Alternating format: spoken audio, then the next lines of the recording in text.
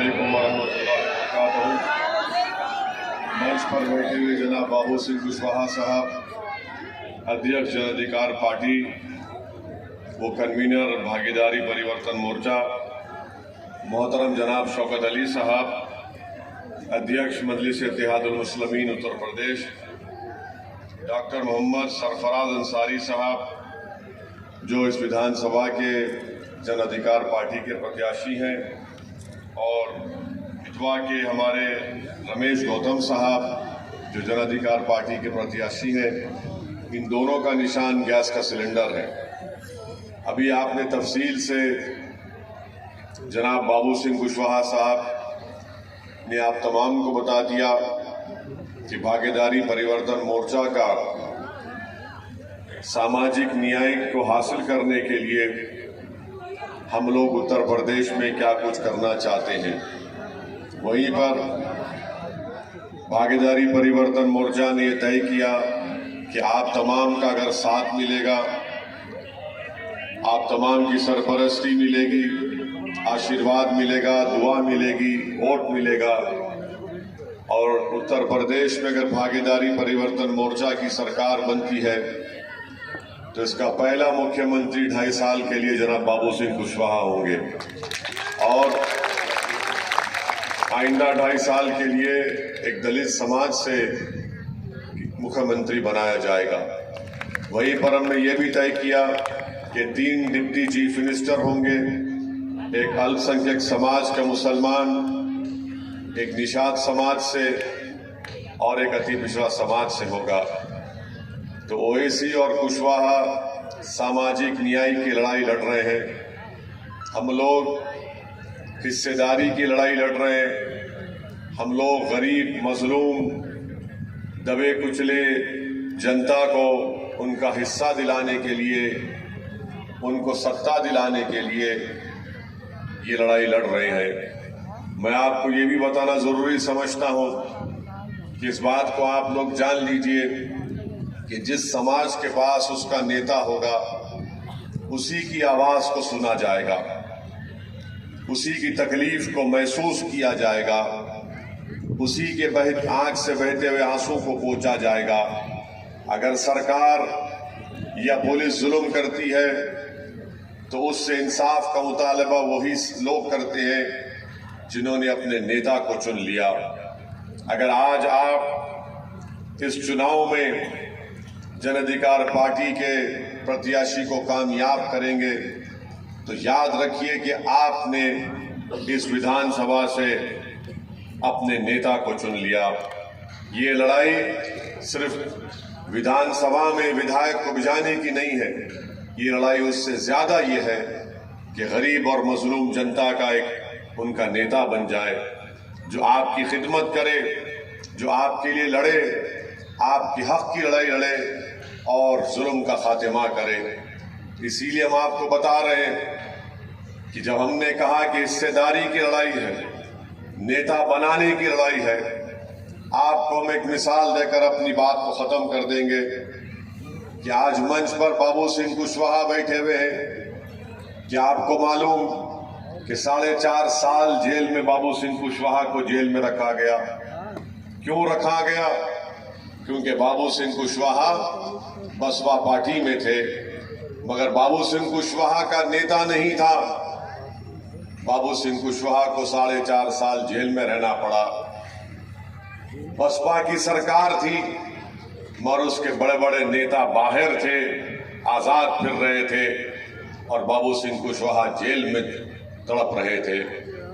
वहीं पर महाराष्ट्र में राष्ट्रवादी कांग्रेस की सरकार थी, छगन भुजबल मंत्री थे, छगन भुजबल जेल में थे 3 साल, मगर उन्हीं के राष्ट्रवादी कांग्रेस पार्टी के एक बहुत बड़े नेता जो डिप्टी चीफ मिनिस्टर थे, उनके ऊपर इरिगेशन का बड़ा स्कैंडल का इल्जाम लगा।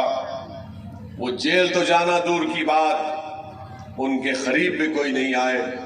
छगन भुजबल क्योंकि ओबीसी समाज का नेता था, पिछड़े समाज का था, उसको जेल में जाना पड़ा। आज हम देखते हैं कि उत्तर प्रदेश में आजम खान मंत्री थे, अखिलेश मुख्यमंत्री थे, आजम खान जेल में है और जो मुख्यमंत्री था अखिलेश वो बाहर आजाद फिर रहा है। चौथी मिसाल आपको दे रहे हैं कि महाराष्ट्र में राष्ट्रवादी कांग्रेस के नवाब मलिक को जेल में भिजा दिया गया। ऐसे इल्जाम में ऐसा मुकदमा उन पर लगाया गया जब वो कानून भी नहीं था, मगर नवाब मलिक जेल में है और उनके पार्टी के बड़े बड़े मंत्री आजाद बाहर फिर रहे हैं। समझो मेरी इस बात को मेरे अजीज दोस्तों, मेरी इज्जतदार माँ और बहनों, अगर आपका नेता बन जाएगा तो इंशाअल्लाह दोबारा ना कोई कुशवाहा जेल को जाएगा, ना कोई छगन भुजबल या नवाब मलिक जेल को जाएगा। अगर आपका नेता बन जाएगा तो आपके बस्तियों में, आपके गांव में शिक्षा का इंतजाम होगा, अस्पताल बनाए जाएंगे, रोड बनाए जाएगी। मगर अगर आप सिर्फ जज्बात में आकर इस बात को महसूस नहीं करेंगे और ये समझेंगे कि नहीं नहीं हम बरसों से सपा और बसपा को वोट डालते आए हैं, हमारे बाप दादा ने उनका साथ दिया था, मैं आपसे पूछ रहा हूं, हमारे बड़ों से पूछ रहा हूं, आपको क्या हासिल हुआ? क्या आपका नेता बना? क्या आपको कोई विकास हुआ? क्या आपकी आवाज उत्तर प्रदेश के विधानसभा में उठी जब आप पर जुल्म और ज्यादती की जा रही थी? आपने और तो डाल दिया उनको, मगर वो कभी भी नेता नहीं बन सके। वो अपनी पार्टी के एक जरखरीद गुलाम की तरह वहां पर सर झुकाए अपनी जबानों को बंद कर बैठते थे। अगर आज आप यहां से हमारे भाई रमेश गौतम को और डॉक्टर सरफराज अंसारी को कामयाब करेंगे तो हम आपसे वादा कर रहे हैं कि ये जब उत्तर प्रदेश की विधानसभा में आपके आशीर्वाद और आपके वोट से विधायक बनकर जाएंगे तो वो आप गरीबों के नेता सबसे पहले रहेंगे और उत्तर प्रदेश की विधानसभा में आप इंसाफ की लड़ाई लड़ेंगे। मेरे अजीज दोस्तों और बुजुर्गों, दूसरी बात यह है कि डबल इंजन की सरकार बीजेपी वाले योगी और मोदी की कहते हैं। आप बताइए, हमारी बात को सुनिए। जब कोविड की दूसरी महामारी शुरू हुई पिछले साल जून, जुलाई, अगस्त में, ये डबल इंजन कहीं नजर नहीं आया। जनता देख रही थी कि गरीबों की लाशें पानी पर तीर रही थी। उत्तर प्रदेश की जनता देख रही थी कि ना ऑक्सीजन मिला, ना दवाई मिली, ना अस्पताल में बेड मिला और अंतिम संस्कार करने के लिए लकड़ी नहीं मिली, ना दफनाने के लिए जमीन मिली। क्या मिला कि नदी के किनारे किसी के बाप की, किसी के पिता की, पत्नी की, बेटे की लाशों को जब दफना दिया गया तो दुनिया ने ऐसे नजारे देखे जो आज भी दिल को तकलीफ पहुंचाते हैं कि कुत्ते उन लाशों को खोद कर खा रहे थे। कहां थी डबल इंजन की सरकार? और आज डबल इंजन की सरकार कहती है कि हमने उत्तर प्रदेश की जनता को 500 रुपए का राशन फ्री दिया। कोई आपको फ्री नहीं दे रहे।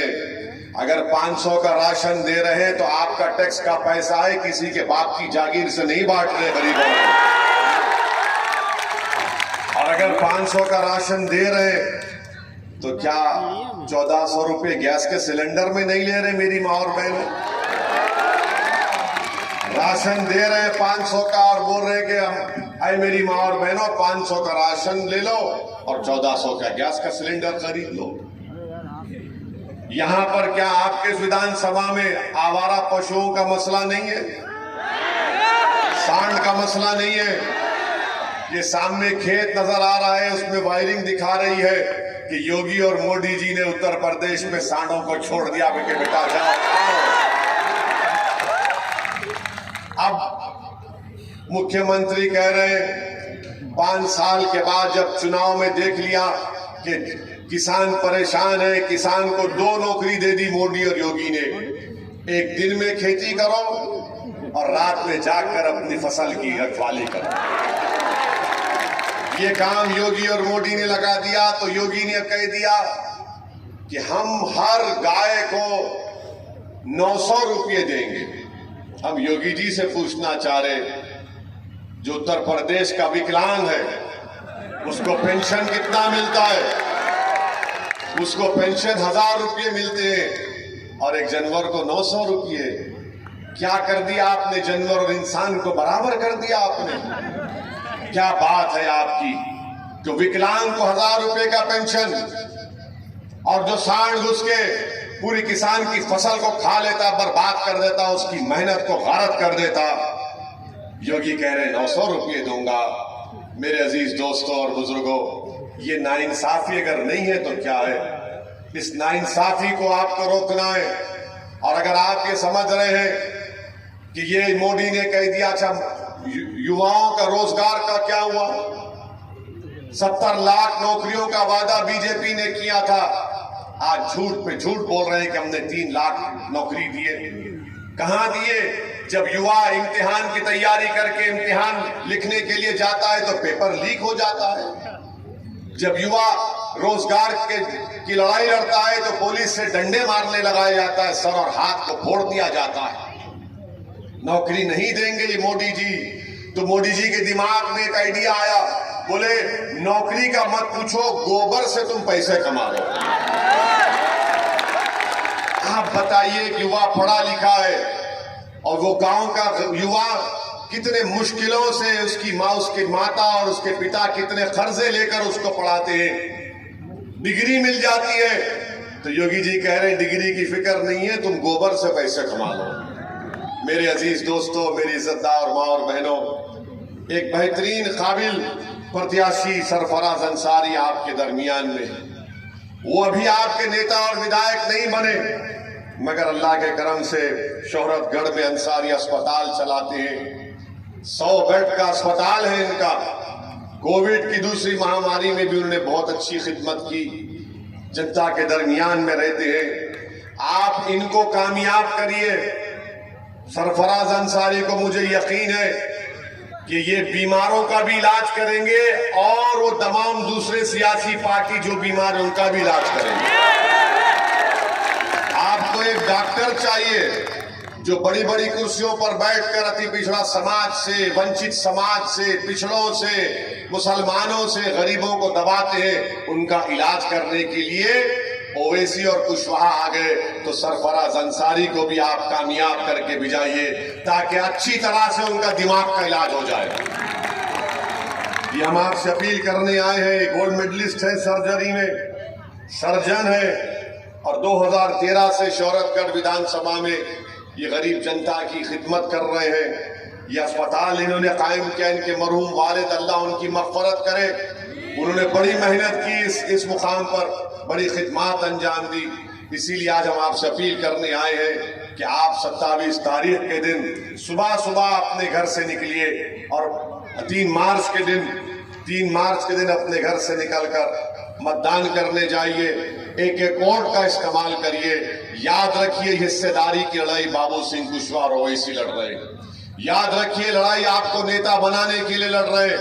याद रखिए लड़ाई आपको आपका हक दिलाने के लिए लड़ रहे हैं। और जब 2 ओवैसी और कुशवाहा मिल गए तो मुझे यकीन है कि शोहरतगढ़ और अहमदाबाद विधानसभा की जनता भी मिलकर इन दोनों को विधायक बनाकर एक इत्तेहाद की मिसाल यहाँ पर कायम होगी।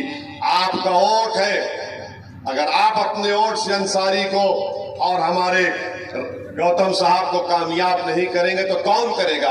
और आप जानते हैं ना कि समाजवादी का जो यहाँ पर जो प्रत्याशी हो कहाँ का है? कहाँ का है? कहाँ का है? और यहाँ का कौन है? यहाँ का तो ये है ना, इस विधानसभा का ये बेटा है, आपका भाई है। तो आप इनको पकड़िए। ये काम नहीं करेंगे तो हम इनका कान पकड़ेंगे। एक तरफ से हम पकड़ेंगे, एक तरफ से बाबूजी पकड़ेंगे। इनके डॉक्टर जरूर है मगर हम इनके डॉक्टर हैं। और आपका वो बीजेपी वाला कहां चला गया जो पहले का विधायक था? है? अरे छोड़िए ना, कहां भाग गया वो? अब ये बीजेपी ने किसको लाया? इसीलिए आपसे कह रहे हैं कि इन तमाम में सबसे बेहतरीन अपना डॉक्टर है। इस डॉक्टर को कामयाब करिए, अंसारी को, सरफराज अंसारी को, और हमारे भाई गौतम साहब को कामयाब करिए। ये लड़ाई आगे जाएगी, ये सिर्फ विधानसभा की लड़ाई नहीं है। हम आपसे अपील कर रहे हैं कि 3 मार्च के दिन अपने दिलों को मिलाकर पूरी जिम्मेदारी के साथ अपने भाई और बहनों के लिए, अपने मान सम्मान के लिए, अपने हक के लिए यहां से जन अधिकार पार्टी के इन दोनों प्रत्याशियों को कामयाब करिए। शुक्रिया बहुत बहुत।